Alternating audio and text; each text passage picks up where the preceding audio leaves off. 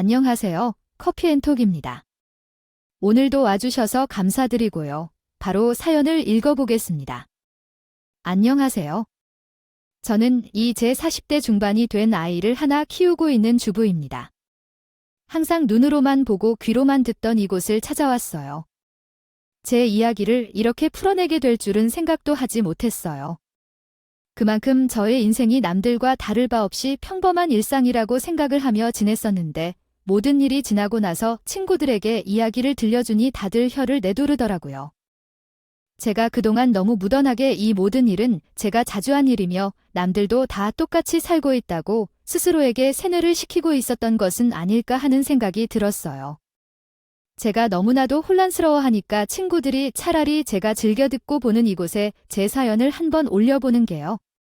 어떻겠냐고 하더라고요.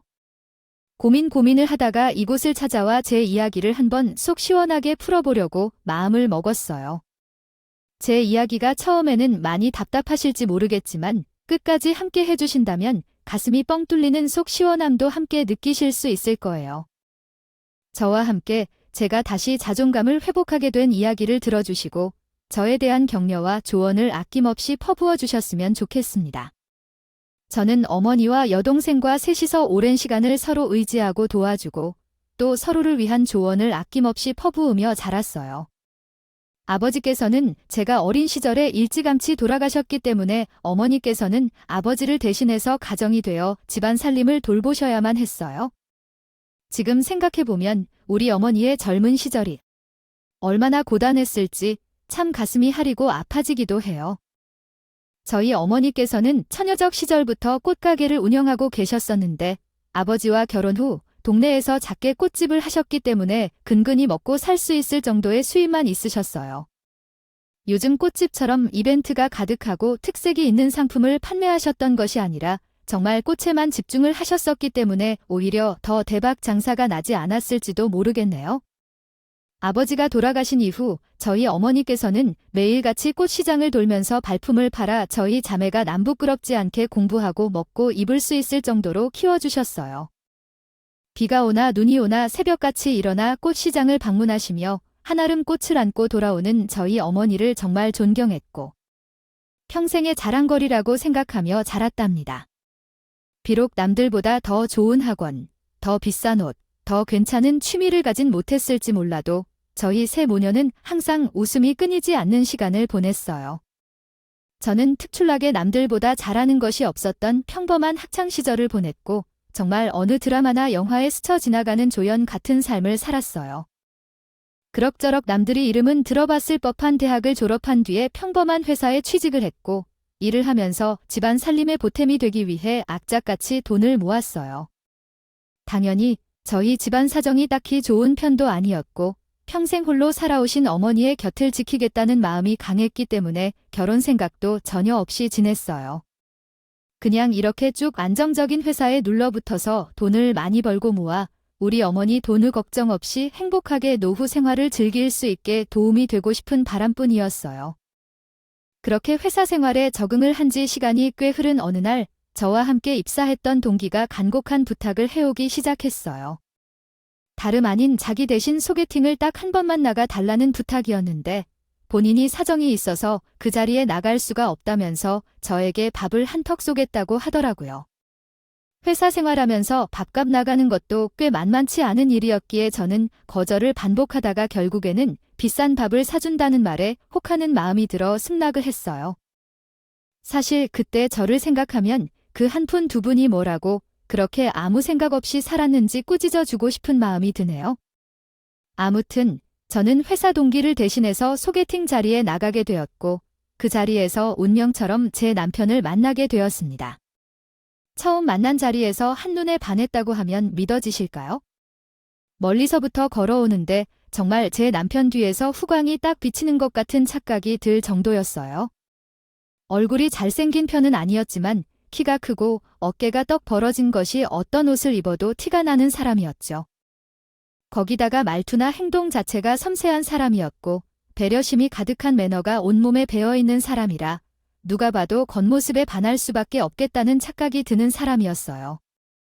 그런 사람을 속이는 것을 양심에 찔리기도 하고 결국 제가 동기 대신에 나온 대타라는 사실을 밝혔는데 남편은 이미 들어서 알고 있다고 힘들어하게 이야기를 하더라고요.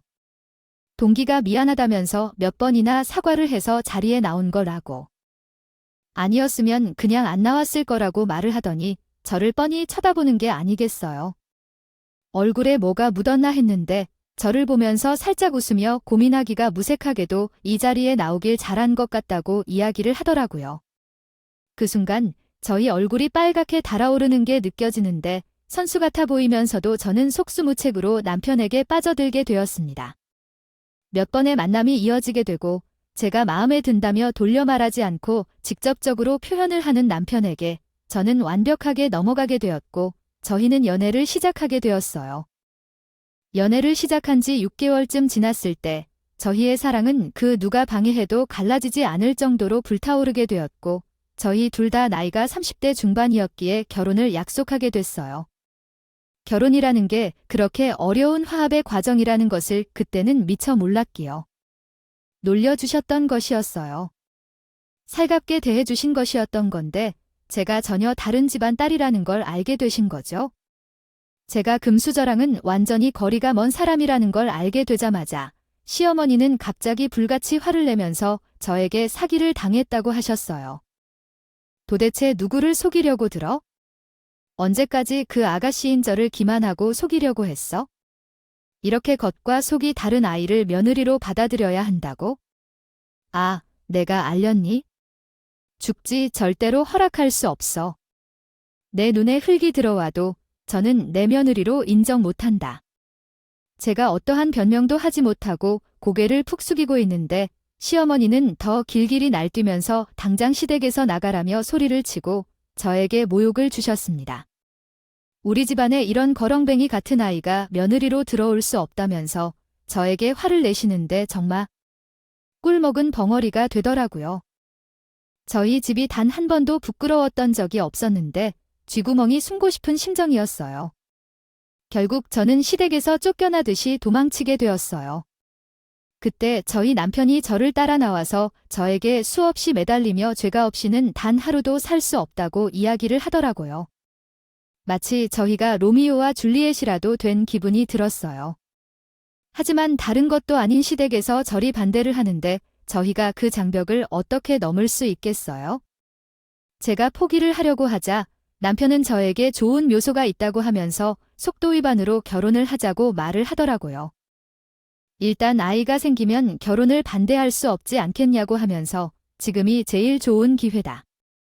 당장 임신을 하자 하면서 달콤한 말로 저를 꾸며냈습니다. 제가 그때라도 제정신을 차리고 도망을 쳤어야 했는데 저 또한 남편이 너무나도 사랑했기 때문에 고개를 끄덕이고 말았어요. 저희는 그 이후 3개월 만에 임신을 하게 되었고 시댁의 처자가 당당하게 추운파 사진을 내밀며 결혼하겠다고 했어요. 당연히 시어머니는 미친 거 아니냐며 제 손을 이끌고 산부인과에 가야겠다고 절대로 승낙 못한다고 소리를 치며 눈물까지 보이셨네요. 하지만 시아버지가 아주 이성적으로 이미 임신을 했는데 어떻게 애를 없애라고 할 수 있겠냐고 며느리를 받아주겠다고 선언을 하시고 시어머니에게 더 이상 토달지 말라며 딱 잘라 말해주셨어요.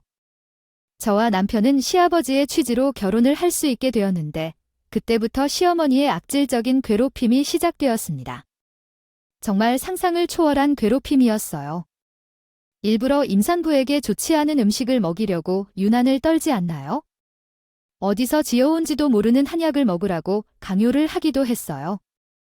당연히 시어머니가 저를 탐탁지 않아 한다는 것을 잘 알고 있었기 때문에 그때마다 일일이 휴대폰으로 성분 검색을 해서 안 먹고 버티고 치우라고 버리고 난리를 쳤죠. 아, 이거 너무 소름 돋는 행위 아닙니까? 일부러 임산부가 먹어서는 안 될 율무라든지 날 것이라든지 한약 같은 걸 먹이려고 한다는 게 말입니다. 시어머니가 저를 싫어하는 이유는 단 하나, 우리 집이 가난하다는 이유뿐이에요. 그거 말고는 아무것도 없었어요. 저라고 뭐 가난하게 태어나고 싶어서 그랬을까요? 거기다가 저희 어머니께서 얼마나 노력을 하시며 저희를 키워내셨는데요. 과정은 하나도 보지 않고 결과만 따지시니 저도 시어머니에게 좋지 않은 감정만 가득 들었어요. 제가 제자리에서 열심히 일을 하고 있었지만 시어머니에게는 배경이 더 중요했고 제 노력 따위는 하나도 중요하지 않아 하셨어요. 배가 불러오는 상태에서 웨딩드레스를 입고 결혼식을 올리면 가문의 수디나 다름없다는 시어머니의 말에 결혼식조차 올리지 못하고 혼인신고만 한 채로 살게 되었죠. 시아버지는 저와 남편에게 인심을 쓰듯 집을 해주겠다고 했지만 시어머니가 머리를 싸매고 누워 결사반대를 하는 바람에 결국 대출을 받아서 집을 구해 신혼살림을 시작했어요. 그 덕에 오히려 저와 남편의 사이는 더욱 돈독해지게 되었고 우리 둘이서 앞으로 잘 헤쳐나가 보자 다짐을 하며 살게 되었습니다. 시간은 물 흐르듯이 넣고 임신 막달이 될 때까지 시어머니의 괴롭힘은 단 하루도 멈추지 않았어요. 시어머니는 집에서 친구들끼리 모임을 하기로 했다고 하며 저에게 음식을 준비해오라는 명령을 내리기도 하셨죠. 임신으로 인해 손발이 퉁퉁 부어서 일을 하다가 조금 쉬겠다고 하니 일부러 친구들이 있는 앞에서 저에게 모욕을 주기도 하셨어요. 왜 내가 일당을 주는 게 부족해서 그래? 아, 내가 일단 더 쳐줄 테니까 참말 말고 일이나 더 해. 내 친구 앞에 잡채 비어있는 거 안 보이니? 어머, 며느리인 줄로 알았더니 너희 집에서 일하는 사람이었어. 어쩌면 행색이 너희 집이랑 형아 어울린다고 했다. 옆에서 말리는 신호가 더 밉다는 말처럼 시모 친구들도 하나같이 말을 못되게 하는 사람들로만 가득했어요. 뿐만 아니라 명절이나 어버이날 같은 날에 용돈이라도 드리면 본인 집안이 어떤 집안인데 이런 푼돈을 주냐고 제 앞에서 봉투를 던지기도 하셨죠. 고작의 돈으로 누구 코에 붙이라고. 다른 집 며느리들은 모피의 명품백에 턱턱 가져온다더라만 내가 속이 상해서 어디 가서 자랑도 못해요. 어머님, 저희 대출금 갖고 생활비 쓰고 하다 보면 이 정도도 큰 맘 먹고 드리는 거예요? 너네 친정에서는 고작이 돈 받고 행복해 하실지 모르겠지만 고작이 이만큼 받겠다고 내가 너네 불러다 앉혀놓은 거 아니에요? 적어도 사람이 성의를 보이려면 말이야. 집안 수준에 맞춰서 준비를 해야지. 도대체 친정에서 뭘 빼온 건지 내가 답답해요. 뭘 해도 좋아해주지 않는 시어머니에게 제가 더 잘할 필요가 뭐가 있겠나 싶은 심정이 들었을 때 제가 출산을 하게 되었고 떡두꺼비 같은 아들을 낳았습니다. 아들에게 집착하는 시어머니가 당연한 수순으로 손주에게도 집착을 시작하게 되었는데 정말 아들이 아닌 딸을 낳았으면 얼마나 구박을 받았을지 눈에 훤하네요. 출산 이후에 제가 모유가 잘 나오지 않았는데 모유를 제대로 먹지 못해서 우리 손주가 몸이라도 상하면 어떻게 하냐고 면역력을 키워야 한다고 잔소리를 하셨어요. 제가 엄마고 내 아들인데 저라도 모유를 먹이고 싶지 않았을까요? 속상해 하기도 했어요. 잠깐 시어머니가 글쎄 아니 어디서 가져온 건지 남의 모유를 가지고 와서는 먹이려고 강요를 하더라고요. 정말 출산 이후에 육아를 하며 행복한 가정에 대한 상상으로 가득 차 있었는데 시어머니가 하도 옆에서 참견을 앓고 난리를 치니 산후우울증까지 오게 되었어요. 시모 때문에 애까지 다 버려버리고 도망가고 싶었던 적이 한두 번이 아니었어요. 그럴 때마다 제 곁에 지켜준 건 우리 남편이었습니다.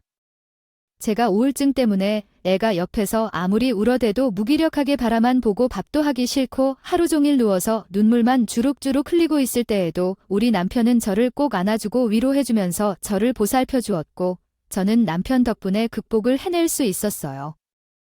그리고 우리 아들 돌잔치 날은 어땠는지 아세요? 우리 시모가 주인공인 줄 알았다니까요. 한복도 중전마마 한복 같은 걸 입고 와서는 제 아들을 품에 안고 낳아주질 않더라고요. 오죽하면 우리 아이가 등장하는 모든 사진을 시어머니가 찍혀있을 정도로 손주에 대한 집착이 심하셨어요. 사진을 보는데 시어머니의 못난 얼굴만 보이고 진짜 너무너무 짜증이 났고 시어머니 얼굴을 보고 싶지 않다는 생각만 머릿속에 가득했어요. 돌잡이를 하는 식순에도 아이랑 저랑 남편 셋이서 사진을 찍는데 시어머니가 옆에서 불쑥불쑥 얼굴을 들이밀질 않나. 아우, 나한테 일부러 한복 입고 왔는데 우리 다 같이 한복 입고 있으니까 탄란하니 좋지 않아. 시어머니가 눈치 없는 건지 눈치 없게 일부러 행동을 하는 건지 우리 세 가족이 찍은 사진이 손에 꼽힐 정도로 달라붙어서 사진을 찍었어요. 거기다가 시어머니가 대놓고 우리 아이 돌잔치에 축하를 해주러 온 친정어머니와 제 여동생을 무시하는데 제 속이 부글부글 끓더라고요. 사부인은 얼마 하셨어요?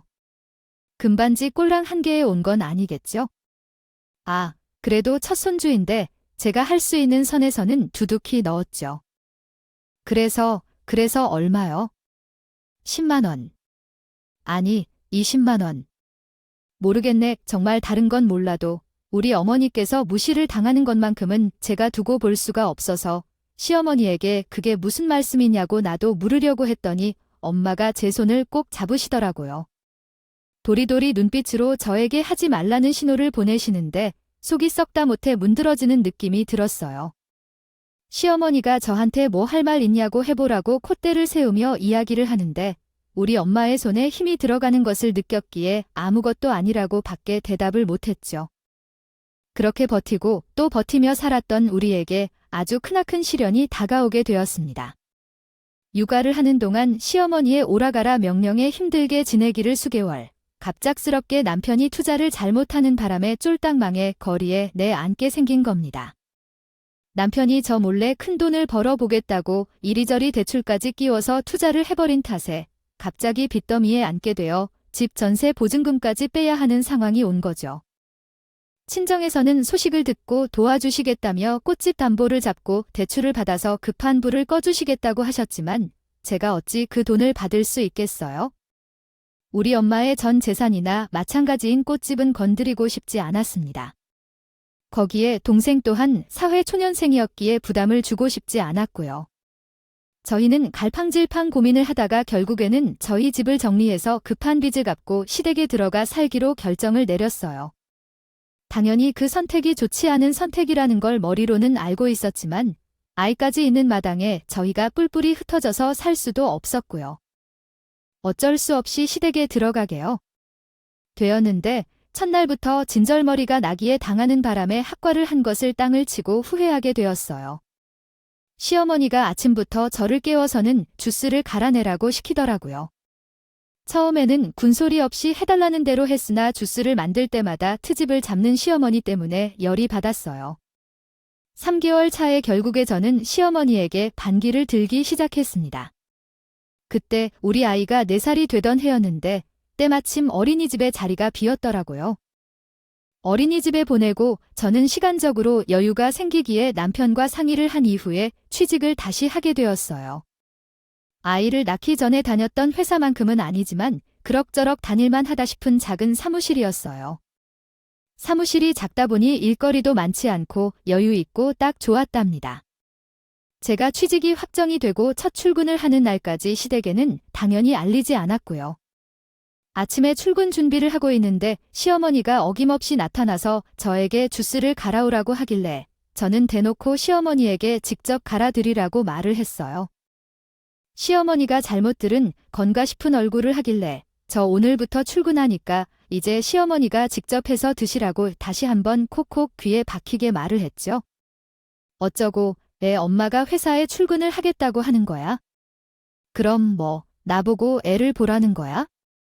뭐야, 너 상의도 없이 그런 짓을 하면 어떡해, 그러실까봐. 아이는 오늘부터 어린이집에 다니기로 했어요. 걱정 안 하셔도 돼요? 제가 퇴근하면서 데리고 올 거거든요. 고장 내 잘밖에 안 된 아이를 어린이집에 보낸다는 거야? 가서 싸움이라도 나면 우리 기이한 손자. 얼굴에 상처라도 나면 어쩌려고요? 어머니, 저희 집 사정 지금 어떤지 몰라서 그러시는 거예요? 남편이 투자 실패하는 바람에 거리에 나앉기 일보 직전이잖아요. 저희 전세 보증금 대출 갚아야 할 것도 산더미고요. 남편이 진 빚도 아직 남아있어요. 둘이 벌어서 갚아도 모자랄 판이라고요? 제가 돈 벌어서 같이 갚아야 남편도 더 안심이 되겠죠. 나중에 저희 분갈 것도 생각해야죠. 천년만년 시댁에서 살 순 없잖아요. 그래도 상의는 했어야지. 그렇게 일방적으로 통보를 할 거면 우리는 뭐 집만 내주는 집주인이냐 뭐냐. 어차피 제가 아침에 주스를 갈아봐야 남편도 아버님도 안 드시던데. 어머님께서 저 트집 잡고 싶어서 시키시는 걸로 밖에 안 보여요? 이게 뭘 잘했다고 따박따박 많이 대답을 하는 거야? 자꾸 너 내가 만만하니 같이 사니까 내가 우스워서 그래? 시어머니는 갑자기 논점을 흐리면서 제가 말대답을 한다며 저에게 호통을 치셨고 출근 준비를 하던 남편이 슬그머니 다가와서 제 편을 들어주기 시작했어요.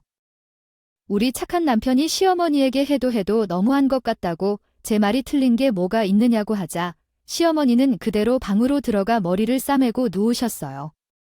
정말 매번 어디서 저런 손수건을 가져와서 머리에 둘러매는 건지 기가 차이 정도였습니다. 그날 퇴근하고 아이를 데리고 집에 돌아오니 시아버지가 거실에서 저를 기다리고 있더라고요. 무슨 일인가 싶었는데 다짜고짜 저에게 일을 그만두라고 하시는 겁니다. 당장 급한 빚도 다 갚은 걸로 아는데 남의 손에 맡기면서까지 일을 해야 하는 이유가 뭔지 모르겠구나. 나중에 분과를 하려고 할 때 우리가 일부 보태줄 테니까 집에서 살림이나 하면서. 애를 키우는데 해가 같이 바깥에 나가는 것도 보기 좋진 않다. 아이가 아직 어려운데 엄마 품에서 자라는 게 더 나을 것 같지 않니? 아버지, 아침에도 어머니한테 말씀했는데 제가 지금 일을 해야 우리 가게에 도움이 더 돼요. 남편이 혼자서 다 보고 사는 걸 어떻게 생각하세요? 제가 능력 없는 것도 아닌데 취직도 이렇게 했는데 그냥 믿고 기다려줘도 안 될까요? 장모님한테 계속 부딪히느니 시아버지를 설득하는 게 나을 것 같아. 제 생각을 솔직히 털어놨더니 또 오래도록 이런 식으로 살 수 없다고 반박받았어요. 시아버지는 예전에 믿음직한 며느리가 갑자기 변한 게 마음에 안 들었는지 무슨 일인지 모르겠지만 계속해서 일을 그만둘 것을 촉구하셨지만 저는 내키는 대로 계속했어요. 주말에 일을 쉬면서도 장모님이 옴짝달싹 하더라며. 시작했는데 사실 그 집은 시댁이지 우리 집이 아니지 않겠습니까? 시모에게들은 잔소리를 그대로 시모에게 돌려주기로 마음을 먹었죠. 저에게 빨래는 했냐고 물어보면 저는 일을 하는 사람이니 집에서 노는 시어머니가 빨래를 해야 하는 건 아니냐고 좌측까지 다려달라고 부탁을 드렸고요. 욕실 청소를 좀 하라고 소리를 질릴 때에는 시치로 들어간 남편에게 욕실 청소까지 깨끗하게 하고 나오라고 대놓고 시켰습니다. 시어머니는 그런 저를 보면서 답답해 죽으려고 하셨지만 남편이 기분 나빠하지 않고 제가 요구하는 걸 은근슬쩍 다 해주더라고요.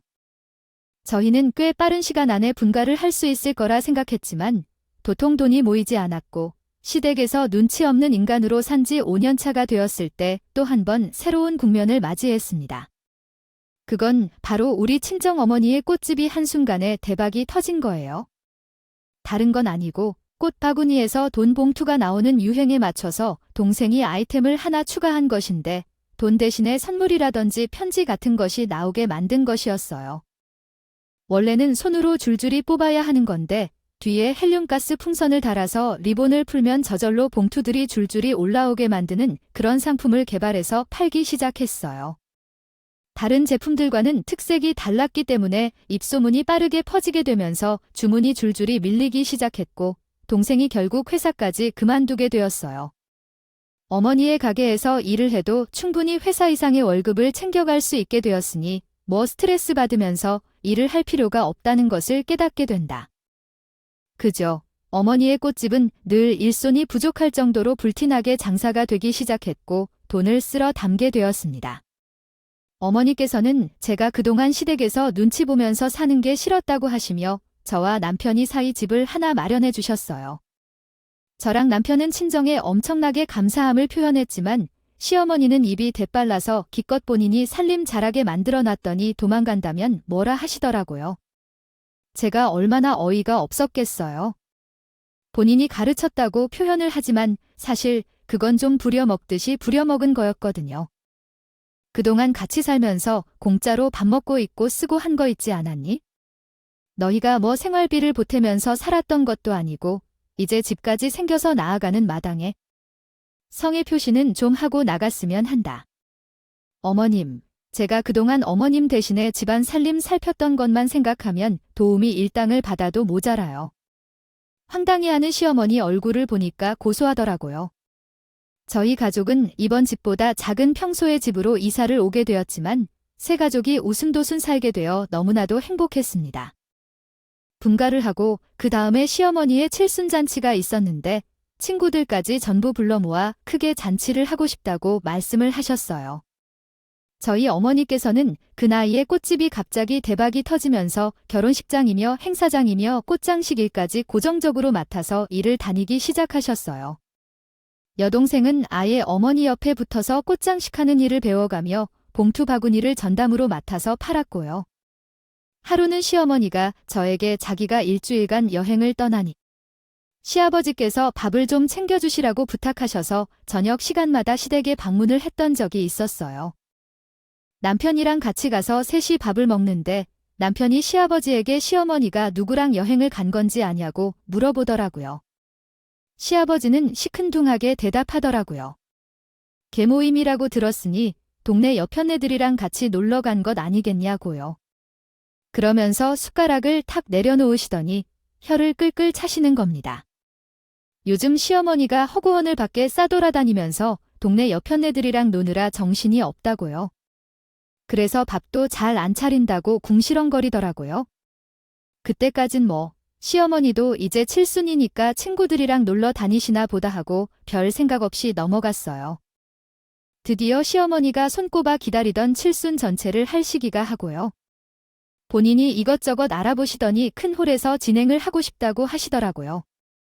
솔직히 이 큰 홀을 다 채울 만큼 시어머니 친구들이 올지도 모르겠다고 생각했는데 딱 한 번 열리는 잔치라고 강조를 하시니까 시어머니가 하고 싶다는 대로 해주자고 하더라고요. 저야 뭐 큰 홀에서 진행을 하게 되면 제가 준비해야 할 일은 생각보다 별로 없을 것 같아서 남편이 하자는 대로 따라가기로 했어요. 홀까지 예약을 다 하고 나서 시어머니가 갑자기 저를 조용한 곳으로 부르더니 할 말이 있다 이면서 우물쭈물하는 게 아니겠습니까? 무슨 일인지 물어보니까 시어머니가 저에게 딱 한 번뿐인 잔치니까 남들보다 몇 배로 화려하게 파티를 열고 싶다고 하시면서 꽃장식 이야기를 꺼내시더라고요. 결국 우리 어머니가 요즘 꽃장식으로 이름을 풀풀 피우고 있으니 자기 면도 세우고 싶은 모양입니다. 친정에서 꽃장식을 맡아주었으면 좋겠다는 이야기였어요. 그동안 그렇게 친정을 무시할 때는 언제고 본인이 아쉬우니까 저한테 와서 부탁을 하는데 솔직히 말해서 해주고 싶진 않았죠. 아내의 친정이 요즘 잡지며 행사며 할 거 없이 꽃장식을 다 한다고 하던데 아내 잔치에 꽃장식을 해주면 서로 좋은 거 아니냐. 나도 내 친구들한테 떳떳하게 며느리 자랑도 할 수 있고 너도 우리 집안의 보탬이 되는 일이니 기쁠 거 아니냐. 그런데 저희 어머니께서 일이 너무 밀려 있어서 진짜 바쁘게 살고 계셨거든요. 오죽하면 스케줄을 잡으려면 한 달 전에 말을 해야 한다고 할 정도로요. 거기다가 저희 어머니 나이도 지긋하시니 여동생에게 꽃집을 물려주려고 계획 중이셔서 동생까지 가르치느라 하루가 모자라다고 하시는 분이셔요.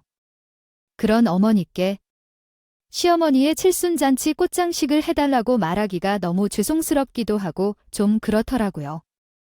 제가 시어머니한테 솔직히 말을 했죠. 우리 어머니 요즘 너무 바쁘셔서 시어머니 잔치에 옷장식할 시간이 없을 것 같으니 홀에서 해주는 대로 하자고요. 홀 대여비에 장식비까지 다 포함인데 꽃장식을 따로 한다는 건 너무 큰 사치 아니겠습니까? 그런데 시어머니가 저를 흘겨보더니 꽃집 장사가 잘 되면 장녀를 물려줘야지. 동생한테 주는 게 어디 있냐면서 마음에 드는 구석이 없다는 트집을 잡더라고요. 갑자기 꽃장식 이야기를 하다가 왜 동생 이야기까지 나오는지 영문을 모를 일이었죠. 시어머니가 그 말 끝나기 무섭게 자기가 이런 마음에 안 드는 점까지 하나하나 포용하고 있으니 고장식을 맡아달라고 생떼를 쓰는 겁니다. 제가 결국에는 예약 일정을 보고 확인해 보겠다고 하니 시모가 막무가내로 저희 친정으로 전화를 걸어서 꽃장식을 맡아달라고 통보를 했더라고요. 우리 엄마께서는 혹여라도 제가 시집살이를 더 당할까 걱정이 되어서 거절도 못하시고 받아들이셨고요. 저희 엄마께서는 쉬지도 못하시고 시어머니 칠순잔치 전날에 꽃시장에 가서 꽃을 일일이 확인 구매하시고 새벽까지 홀을 잔뜩 화려하게 꾸며 놓으셨더라고요. 시어머니는 칠순 전체 당일날 꽃장식을 보더니 너무너무 화려하다면서 마음에 든다고 전에 없던 칭찬을 막 하시더라고요. 가득이나 칠순잔치로 들떠있는 데다가 꽃장식까지 마음에 드니 시어머니 기분이 하늘을 찌를 듯이 좋아지는 게 눈에 보였습니다. 제 동생이 그 분위기에서 꽃이 많이 들어가서 화려하게 장식이 된 곤이라며 돈이 많이 나왔다는 말을 슬쩍 흘렸어요. 꽃장식 값이 부르는 게 값이긴 하지만 사돈 어른이니까 저희가 싸게 드리도록 할게요. 100만 원이면 저희 진짜 꽃 대부분도 다 선물로 드리는 거예요. 원래 이 정도 장식을 하려면 적어도 300에서 500 정도는 받아야 하거든요. 그래도 사돈 어른 잔치니까 지금 나한테 돈을 받겠다고 이야기를 하는 거예요. 사돈 처녀 아니, 그 당연히 공짜로 해줘야지. 무슨 이런 걸 돈을 받아. 어머 사돈 어른, 저희는 뭐 꽃을 땅에 심어서 뽑아 쓰는 줄 아시나 봐요.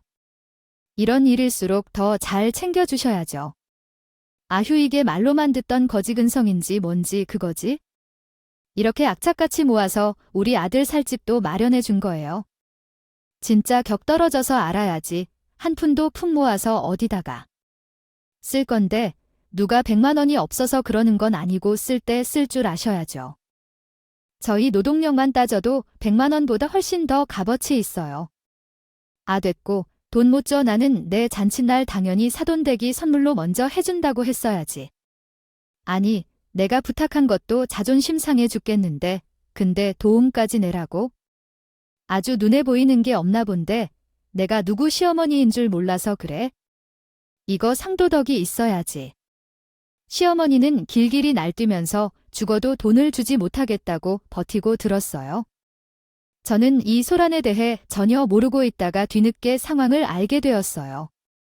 이야기를 듣던 저희 어머니와 동생은 황당함을 감추지 못했고 결국 여동생이 나서서 시어머니랑 싸우다가 말이 안 통하니까 짜증을 내더라고요.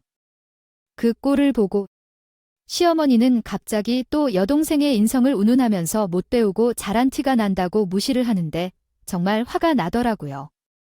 제가 나서서 한마디 해야 하나 싶었을 때 저희 엄마께서 정중하게 시어머니에게 요청을 하셨어요. 이 꽃바구니는 제가 따로 준비한 선물이었고요. 아이 홀에 장식한 꽃장식 값은 저희의 노동력 값이라도 받아야겠습니다. 사부인 지금 겨우 있던 꽃바구니 하나 주고선 앞 100만 원을 받아가겠다고 하는 것부터가 양심이 없는 겁니다. 내가 이래서 없는 집안 애들이랑은 연을 맺으면 안 되는 건데 아휴면 떨어지게 내 생일잔치날 이게 뭐야 그러면서 시어머니가 우리 엄마께서 만들어간 꽃장식을 발로 즐겨 밟는 게 아니겠습니까? 저는 그 현장을 목격하고 차마 입이 떨어지지 않아서 아무런 말도 하지 못했어요. 꽃이요. 시어머니 발에 짓이 이겨지는 걸 보고 여동생도 어머니도 경악을 금치 못하셨거든요. 제 옆에 있던 남편이 서둘러 시어머니 팔을 붙잡고 뭐 하는 거냐 고소리를 쳤어요. 하지만 시어머니는 더욱 당당하게 저희 친정 식구들에게 경고하듯이 이야기를 하더라고요. 톤을 가져와도 모자랄 판에 이딴 꽃섬을 누가 좋아한다고 이런 선물을 보내 에휴 다 갖다 버려. 그렇게 신경질을 내면서 꽃을 발로 봤는데 정말 맘 같아서는 그 발목을 대강 분질러 버리고 싶은 충돌까지 일어났어요. 저희 엄마께서는 한숨을 푹 쉬더니 씩씩거리는 여동생의 팔을 붙잡고 시어머니를 피해 다른 자리를 옮기신 게 아니겠습니까? 저는 정말 죄인이 된 기분이었어요. 제가 이런 집구석으로 시집을 오지만 않았어도 저희 친정 식구들이 이런 수모를 당할 일도 없었을 텐데 말입니다. 저희 어머니께서 뒤를 돌아 다른 자리로 옮기자 애기 양양해진 시어머니가 저희 친정 식구들을 뒤쫓아가며 끝까지 뒤통수에 대고 모진 말을 뱉었습니다. 없는 집안에 아무것도 할 줄 모르는 기집애 데려다가 며느리 삼아줬으면 감사한 줄 알아야지. 꼬고장 시 100만 원이 어쩌고 저쩌 이런 식으로 뒤통수 치면 안 되는 거 아시죠? 내가 이번에는 그냥 넘어가 줄 텐데 다음부터는 조심 좀 하세요 어머님. 그게 지금 하루 종일 꽃시장을 돌면서 옷 사다가 화려하게 장식까지 해주신 저희 엄마한테 할 말씀이세요. 정말 너무하세요. 괜찮다 알겠습니다. 사부인, 제가 이 꽃장식은 선물로 준비해 드리는 걸로 하겠습니다. 제가 따로 준비한 선물도 있으니 기쁜 마음으로 받아주세요. 저는 저희 엄마께서 왜 자꾸 약자의 모습을 자처하는지 이해할 수가 없었지만 이게 딸 가진 부모의 마음인가 싶어서 참 속이 이상했어요. 정말 제가 죄인이죠. 저를 평생 돌봐주신 엄마께 이런 소리나 듣게 만들고 제가 너무나도 부족한 딸임은 틀림없었어요. 시어머니는 엄마께서 따로 선물까지 준비를 했다고 하니 어깨에 힘을 주면서 알겠다고 이야기를 하고 자기 친구들에게 돌아가더라고요. 본인이 원하는 대로 모든 게 준비가 되었으니 이제 즐길 일만 남았겠다 이거죠. 실순잔치가 시작이 되고 저랑 남편이 뾰루퉁한 얼굴로 앉아있고 옆 테이블에서는 열이 뻗친 건지 씩씩거리는 여동생과 태연하게 앉아있는 엄마가 보였어요. 정말 우리 엄마도 대단하신 게 그런 식물을 겪었음에도 어찌 그리 태연하게요. 앉아 있을 수 있는지 정말 존경스러웠어요. 저도 이런 일에 있어서 퇴원해야 하는데 그러지 못해서 참 바보 같아 보였죠. 사회자가 나와서 간단한 인사말과 함께 칠순잔치가 시작이 되었고 시어머니가 돈도 많이 쏟아부는 건지 악기를 다루는 사람들까지 나와서 연주를 하더라고요. 평소에 부잣집 고상한 사모님 흉내를 내는 시어머니에게 딱 어울리는 사치스러운 칠순잔치였어요. 분위기가 한창 무르익어가는 와중에 시어머니 친구들과 친척들이 준비한 선물들을 열어보는 행사 시간이 다가왔고 저희 엄마께서 갑자기 벌떡 일어나시더라고요. 그러더니 시어머니에게 자박자박 다가가서 어디서 준비해온지 모를 헬륨 풍선이 달린 꽃바구니 하나를 시어머니의 앞에 두시더니 생크 웃으시더라고요. 시어머니는 얼떨떨해하면서도 그 꽃바구니를 받았고 모인 사람들 모두 화려한 꽃바구니를 보면서 예쁘다고 연신 칭찬을 하기 시작했어요. 사람들이 수근수근 거리면서 칭찬을 하자 기분이 좋아진 시어머니는 헬륨 풍선이 묶여있는 리본을 풀렀습니다. 저희 친정엄마의 대표작인 헬륨 풍선이 올라가며 돈 봉투가 줄줄이 나오는 꽃바구니였죠.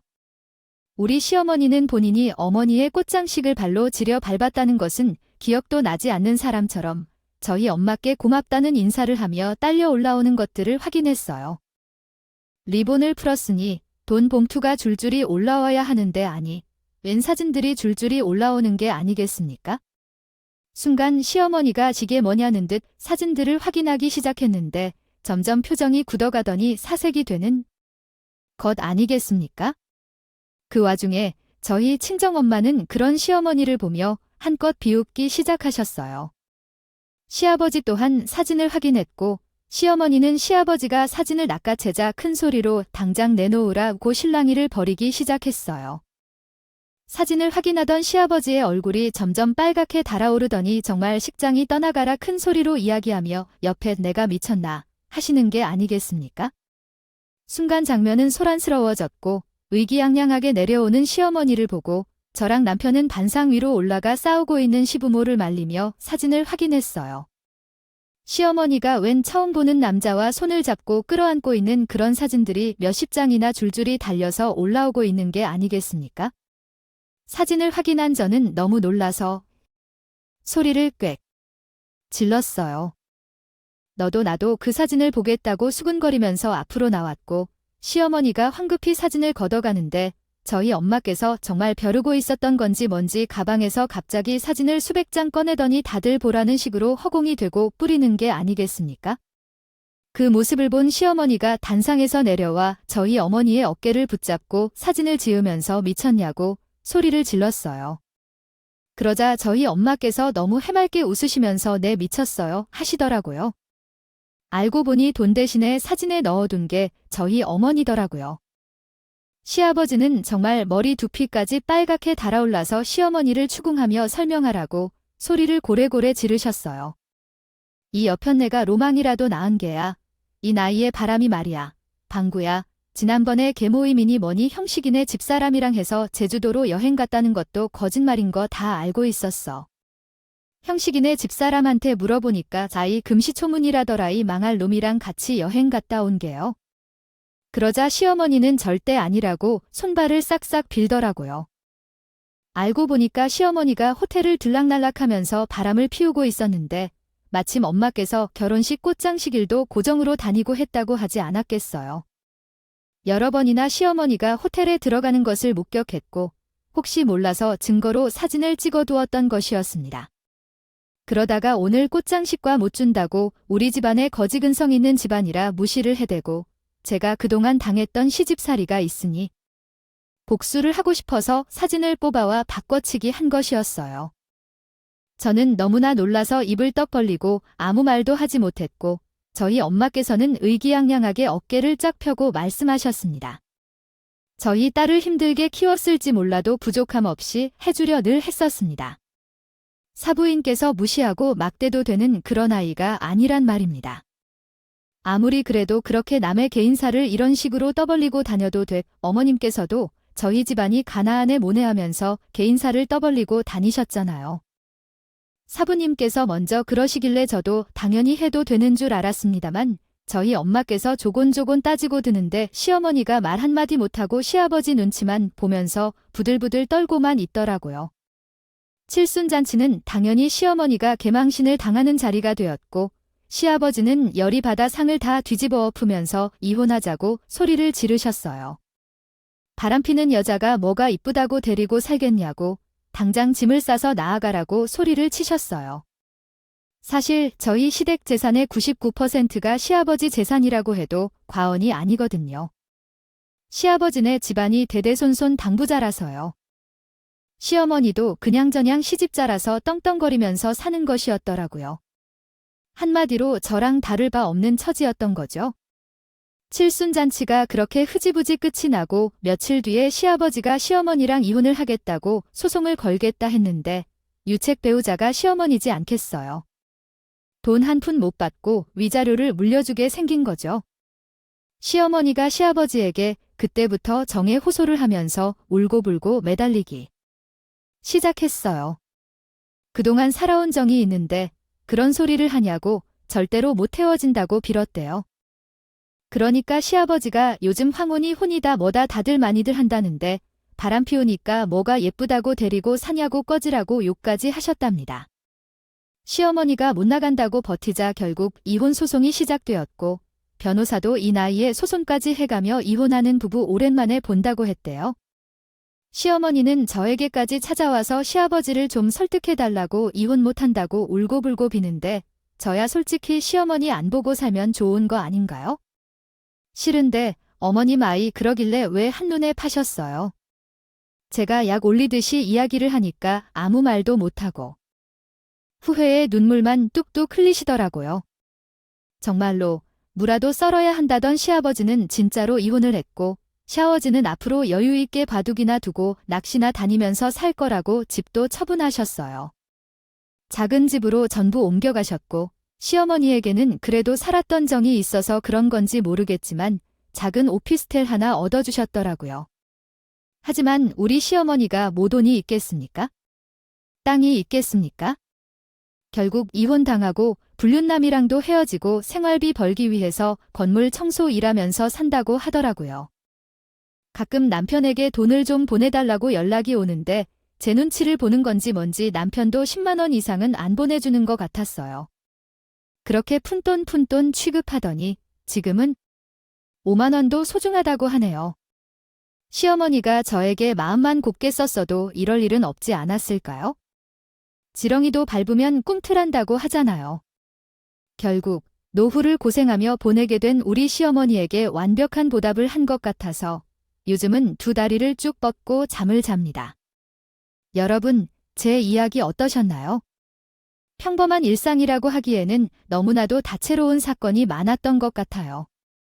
앞으로는 저의 인생이 굴곡 없이 평온하길 바라면서 오늘 제 이야기를 마치도록 하겠습니다. 감사합니다. 지금까지 커피앤토이였습니다.